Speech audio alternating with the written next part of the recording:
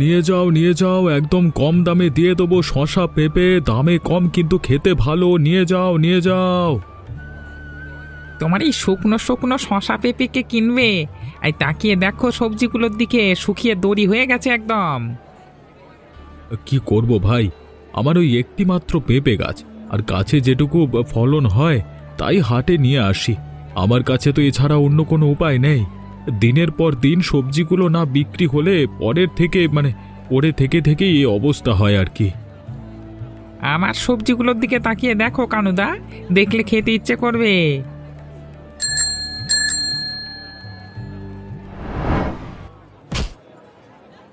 বাবু, নেবেন নাকি শশার পেঁপেগুলো?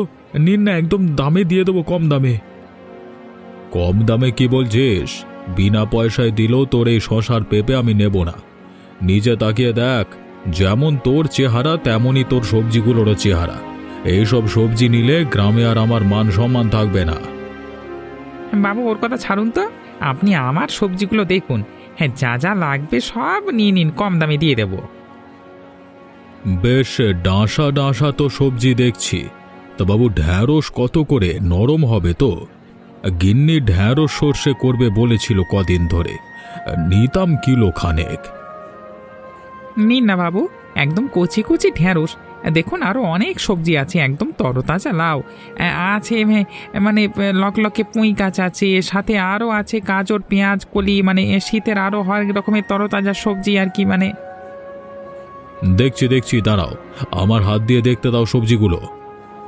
দেখুন না, কে মানা করেছে? আপনার যা ইচ্ছে, যতটা ইচ্ছে হয় ততটা নিন, অসুবিধা নেই। আর গাজরগুলো হাতে নিয়ে দেখুন বাবু, এইমাত্র মাঠ থেকে তোলা হয়েছে। সবকিছুই দেখলাম, মোটামুটি ঠিক আছে। সব সবজি মিলিয়ে মিশিয়ে 1 কিলো করে দিয়ে দাও দেখি। এই নিন। গাছের ভ্যানটাতে তুলে দাও, বাড়িতে দিয়ে আসবে। তোমার সর্বমোট কত হলো বলো দেখি। সব হয়েছে মানে সব মিলিয়ে 220 টাকা। টাকাটা নাও আর ভ্যানে তুলে দাও। আমি মাছ বাজারের দিকে যাচ্ছি। হ্যাঁ বাবু, সব মাল তুলে দিয়েছি।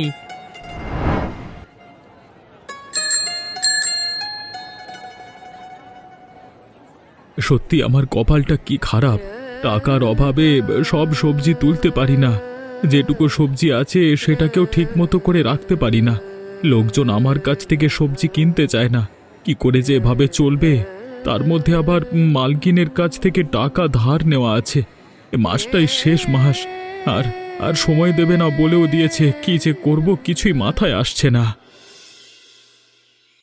কানু, কোথায় গেলি? বেরিয়ে আয়। আজ তোর সাথে একটা বোঝাপড়া করেই তবে আমি বাড়ি যাব।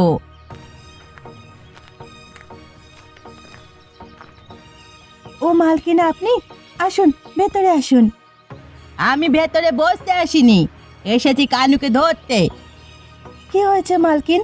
কোনো গন্ডগোল হয়েছে কি? গন্ডগোল বলে গন্ডগোল? এ তো বেজায় গন্ডগোল। তোমার বর আমার কাছ থেকে সেই 10,000 টাকা 6 মাস আগে ধার করেছিল। বলেছিল তুমি নাকি অসুস্থ, তাই তার চিকিৎসা করাতে টাকা লাগবে। সেই টাকা সুদ সহ 1 মাস পরে ফেরত দেবার কথা ছিল। আমি নেহাত গরিব মানুষ বলে এই ঘর বন্ধক রেখে টাকা দিয়েছিলাম। আজ 1 মাসের গায়ে 6 মাস হয়ে গেল, সেই টাকা সুদ দুরস্ত টাকা দেওয়ারও নাম ধরছে না। আপনি তো জানেন আমাদের কেমন অবস্থা। এখন বলুন, কি করে আপনার টাকা শোধ করব? এসব কথা আমি শুনতে চাই না। শীতকাল চলে এসেছে, জানো তো প্রতিবার শীতকালে আমি গোটা গ্রাম খাওয়াই। আমার এই মুহূর্তে টাকার খুব প্রয়োজন। আর 15 দিন পরেই আমার বাড়ির অনুষ্ঠান। কানু এলে বলে দিও কাল সকালে আমি টাকা আনতে আসব। আর তা যদি না দেওয়ার মুরত থাকে, তাহলে যেন আজ রাতের মধ্যেই জিনিসপত্র গুছিয়ে নিয়ে বেরিয়ে যায়। আমি কিন্তু আর সময় দেব না। ঠিক আছে, আজ রাতে ফিরুক, আমি সব বলবো। সকাল থেকে সন্ধ্যা পর্যন্ত সবজি বেচতে যায়, যতক্ষণ না ফিরছে আমি তো কিছু বলতে পারবো না। আমি বলে গেলাম, তোমরা এবার যেটা ভালো বোঝো সেটা করো। যদি সকালের মধ্যে টাকা না পাই, আমি কিন্তু এই ঘর দখল করব বলে দিলাম। এখন আমি আসছি। তোদের এই গরুটা কি সুন্দর রে, কাছে গেলেও শিং দিয়ে গুতায় না। ভালো তো বটে, সবার সঙ্গেই খেলা করে। তাই তো আমি ওকে প্রতিদিন বিকেল বেলা সাথে করে এখানে চড়াতে নিয়ে আসি, যাতে ও নদীর ধারে কচি কচি তাজা তাজা ঘাসগুলো খেতে পারে। জানিস তো, আমাদের ঘরেও বাবার গোয়ালের অনেকগুলো গরু আর মহিষ আছে। অনেক দুধ দেয় সেগুলো। ওরা না খুব মারকুটে, কাছে গেলেই শিং দিয়ে গুঁতিয়ে দেয়। আমার গরু কি সুন্দর আমার কথা শোনে, ওকে কেমন ডাকি আরো সুরসুর করে চলে আসে। ডাক দেখি, কেমন তোর কথা শোনে দেখি। আয় তো, আমার কাছে আয় তো। দেখলি কি সুন্দর আমার কাছে এসে বসে গেল। বাহ, কি সুন্দর গরু! চল এবার আমরা খেলি ও ঘাস খাক, চল। কি খেলবি বল, তুই বল, আজ তুই যা বলবি আমি তাই খেলবো। তাহলে চল নদীর ধারে কুমির ডাঙা খেলি, বেশ ভালো লাগবে। শীতে রোদ পড়া মিঠা বিকেলে কুমির ডাঙা খেলতে ভালো লাগবে। তুই কুমির হ। বেশ বেশ, তাই হচ্ছি। কুমির তো জলে নেমেছি, ধর ধর। দাঁড়া, দেখাচ্ছি তোর মজা, একটিবার ধরতে পারি। তোকে আর ধরতে হবে না, জানি তুই পারবি না। সবসময় তুই জিতে যাস কি করে রে? আমি তোর থেকে বড় হই না তাই। মোটে তো 1 মাসের বড়, তাতে আবার বেশি বেশি। কাকিমা তো তোকে বলেছিল আমার দিদি বলে ডাকতে, তুই তো বলিস না। দাঁড়া, কাকিমাকে বলে দেব। বলকে যা, আমার তাতে কিচ্ছু যায় আসে না। এখন চল বাড়ি যাই, সন্ধ্যা নেমে আসছে। নদীর ধারে ঠান্ডা বাতাস দিচ্ছে, চল দুজনেই বাড়ি যাই। ঠিক আছে, চল। আরে করো কি গিন্নি, এত রাগ দেখাচ্ছ কেন? রাগ দেখাবো না তো কি করব শুনি? এই সবজিগুলো কোথা থেকে এনেছো বলতে পারবে? আরে আমাদের হাটে যে রাজু বসে তার কাছ থেকেই তো। দেখতে তো বেশ ভালোই, অসুবিধাটা কি হচ্ছে? অসুবিধা হয়েছে কি চেয়ে দেখো ঢ্যাঁড়সগুলোর দিকে। কিন্তু কি অসুবিধা হয়েছে দেখি, আমার হাতে দাও দেখি। শিমগুলো দেখো ভালো করে, তবেই তো বুঝতে পারবে।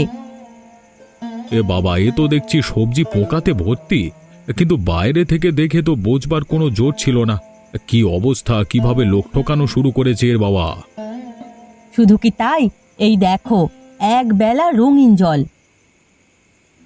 এটা আবার কোত্থেকে বের হলো? কোত্থেকে আবার? আমার ওই সবজি ধোয়া জল থেকে। মা দিয়েছিলাম, না হলে কি জানতে পারতাম যে এই সবজিতে এত বিষ? খেলেই তো নানা রকম অসুখ বিসুখ হবে। বাচ্চা কাচ্চা নিয়ে ঘর করি, একটু দেখে শুনে তো বাজার থেকে জিনিসপত্র আনবে।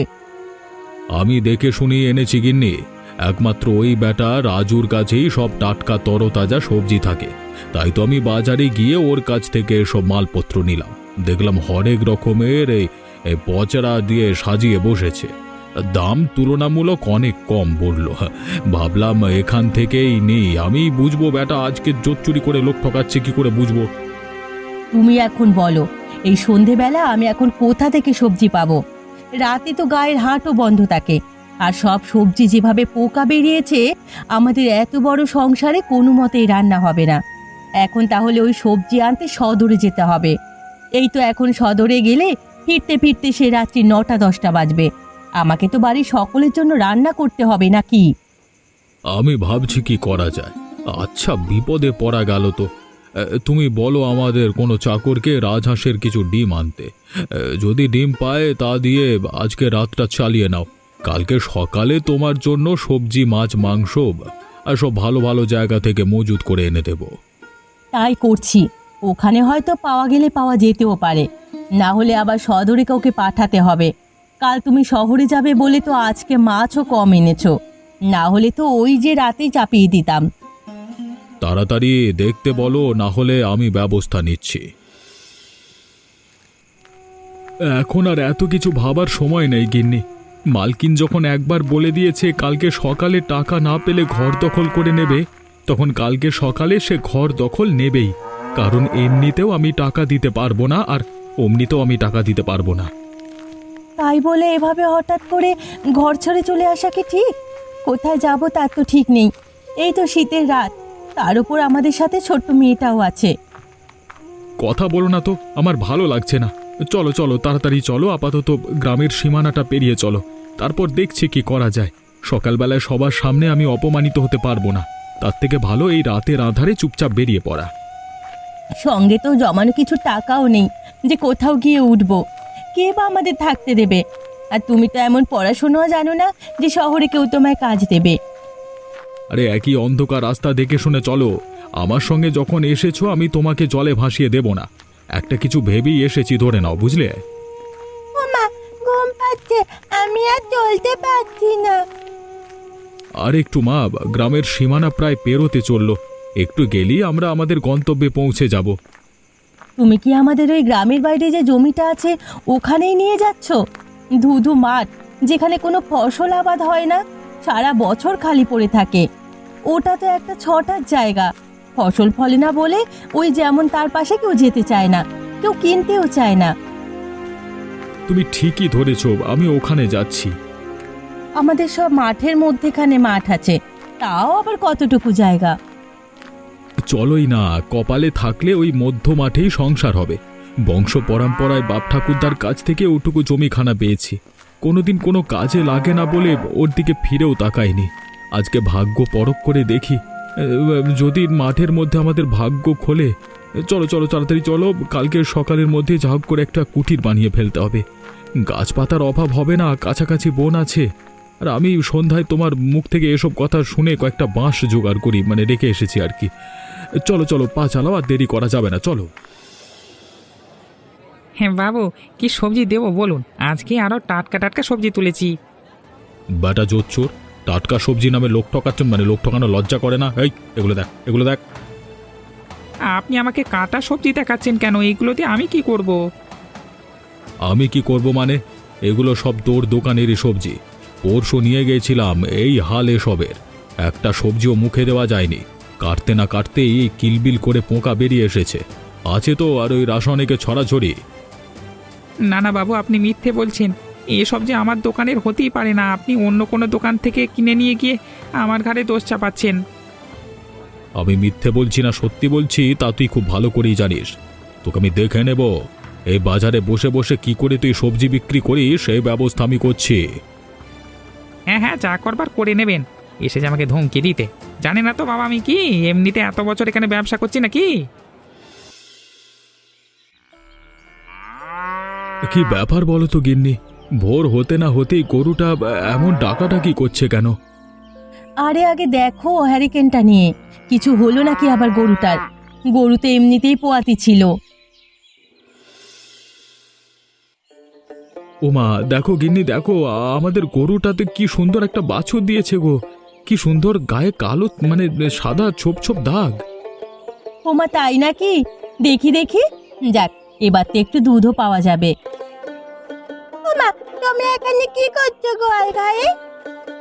দেখ দেখ, কি সুন্দর একটা বাছুর হয়েছে আমাদের গরুর। ওমা কি সুন্দর দেখতে, এর নাম দিলাম আমি সুন্দরী। আমাদের বোধহয় কপাল খুললো রে। সকাল হলেই আমি শহরের বাজারে যাব, ওখানে টাটকা দুধের নাকি খুব অভাব আমি শুনেছিলাম। ভালো দামে ওখানে বিক্রি করা যাবে। এখন আপাতত এই দুধই বিক্রি করি, পরে দুধ বিক্রি থেকে টাকা পয়সা এলে সেটা দিয়ে না হয় আর একটা গরু কিনবো। কে মাদা, আমি আবার সুন্দরীর সাথে খেলবো। মা, আমাকে একটু জল দাও তো। কিরে পাপাই, চলে এলি যে তাড়াতাড়ি? খেলাতে বুঝি মন বসলো না? এখন আর খেলতে ভালো লাগে না মা। আগে তাও নদীর ধারে যেতাম, ওখানে দীপাদি আসতো, দুজন মিলে কত খেলা করতাম।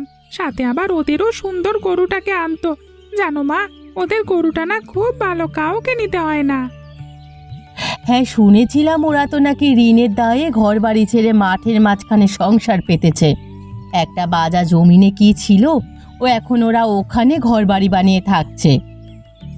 একবার ওদের কাছে নিয়ে যাবে আমায়? জানিস তোর বাবাকে এইসব শুনলে আবার রাগারাগি করবে। একবার বাবাকে বলেই দেখো না মা, বাবা কিছু বলবে না। ঠিক আছে, এখন দুধের গ্লাসটা ধর দেখি, তাড়াতাড়ি খেয়ে পড়তে বস। আমি কিন্তু খেয়ে নিচ্ছি, তুমি কিন্তু বাবাকে বলবে। বেশ বেশ বলবো। তোর মা কোথায় রে? ঘর তোর বন্ধ কেন? ও আচ্ছা, তোমাকে তো বলা হয়নি।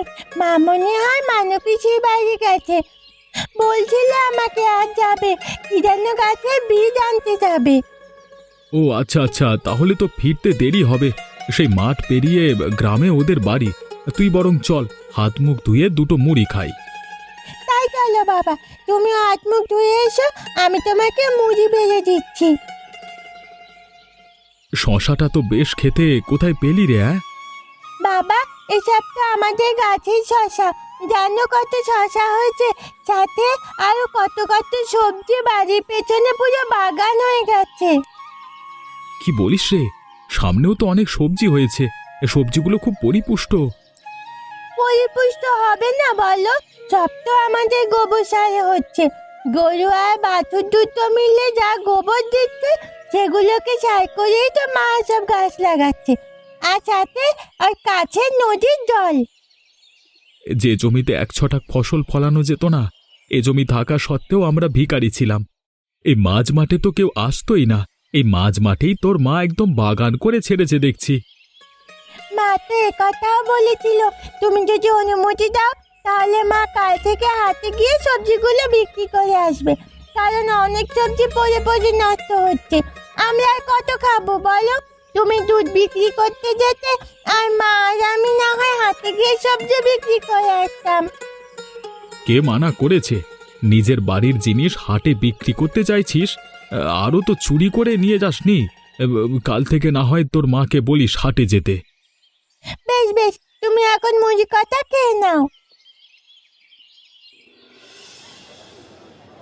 নিয়ে যাও, একদম টাটকা টাটকা সবজি কম দামে নিয়ে যাও।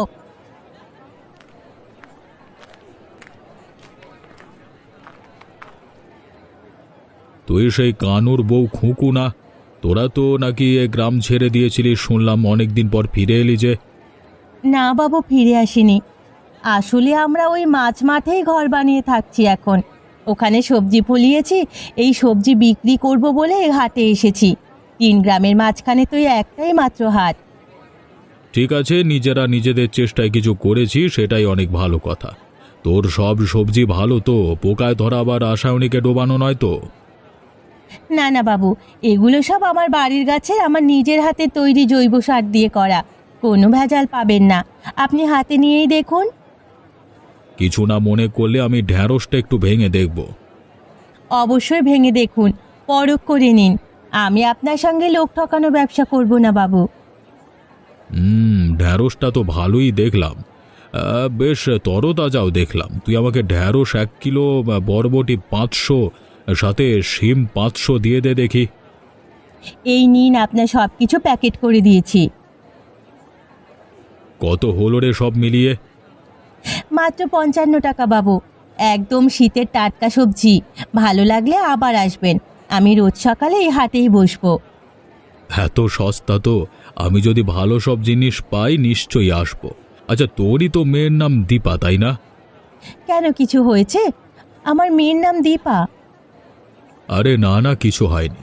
আসলে আমার ছেলেটা তোর মেয়ের সঙ্গে খেলতো, চলে যাওয়ার পর খুব কষ্ট পেয়েছে।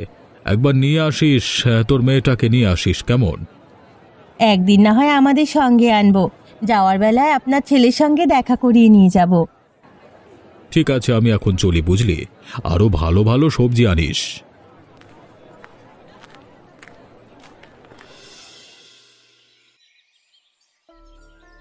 কানু তো দেখি এখানে একদম বাগান সাজিয়ে বসেছে, আবার একটা দুধের গাই বাছুরও আছে দেখছি। ব্যাটার কপাল দেখছি খুব ভালো। কি ব্যাপার কাকু, তুমি ওরকম আমাদের বাড়ির সামনে দাঁড়িয়ে বিড়বিড় করছো কেন? বিড়বিড় করছি না রে, তোর বাপের ভাগ্য দেখে আমার হিংসা হচ্ছে। কাকু, হিংসা করছো কেন? তোমার তো টাকা পয়সার কোনো অভাব নেই, সবজি বিক্রি করে তোমার তো অনেক অনেক টাকা। একটুখানি মেয়ে, তার আবার বড় বড় মুখের কথা, তোর বাপকে বলবো? যাও না, গিয়ে বলো, আমিও সবাইকে বলে দেব তুমি পোকা সবজি বিক্রি করো। আমাকে ধরবে? দাঁড়াও, তোমার মজা দেখাচ্ছি। সুন্দরী, কোথায় গেলি রে? দে তো রাজু কাকুকে গুটিয়ে। দাঁড়া রে, তবে এই তোকে ধরে উচিত শিক্ষা দিচ্ছি আমি, দাঁড়া।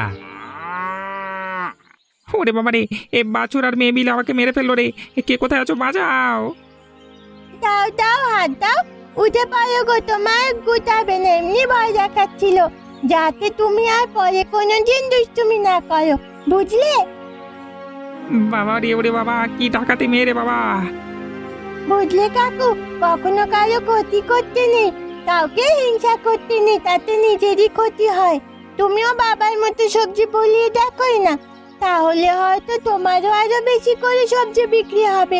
লোক না থাকালেই তো হয়। ঠিক বলেছিস রে মা, আজকে তুই আমার চোখ খুলে দিলি। সত্যি তো, এতদিন কত লোক ঠকিয়েছি, যে বিষ আমি লোককে খাইয়েছি তা তো আমার বাড়ির লোকও খেতে পারতো। আজ থেকে আমি অসহায়, আর সবজি বিক্রি করব না রে। বেশি লাভ দরকার নেই, আমার সৎ পথে উপার্জন করব আমরা। এই তো ভালো কাকুর মতো কথা।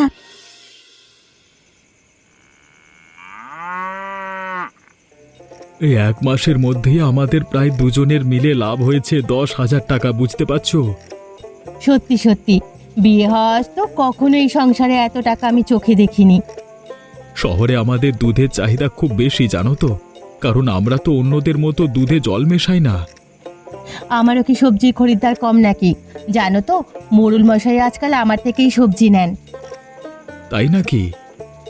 হ্যাঁ গো হ্যাঁ, উনি তো এও বলেছেন ওনার বাড়িতে এরপর কোনো বড় অনুষ্ঠান হলে আমাকে এই সবজির অর্ডার দেবেন।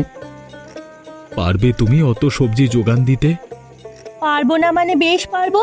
আমাদের পেছনে আর যেটুকু জমি আছে ওটাতে আমি অনেক অনেক সবজি লাগাবো। মানুর কাছ থেকে আমি সারা বছর সব রকম সবজি লাগানোর পদ্ধতি জেনে এসেছি। যদি দেখি সবজি বেশি চাহিদা, তাহলে মানুর বাগান থেকে সবজি কিনবো। ও খুব ভালো সবজি চাষ করে, কম দামে মানুষকে বিক্রি করে, পাইকারি তুলে হাটে বিক্রি করব। তোমার মাথায় তো খুব বুদ্ধি। আমিও ভাবছি এখান থেকে কিছু টাকা নিয়ে এই মাসে আর একটা গরু সমেত বাছুর কিনে আনবো, আরো বেশি বেশি করে দুধের যোগান দিতে পারবো। তাই করো তাই করো।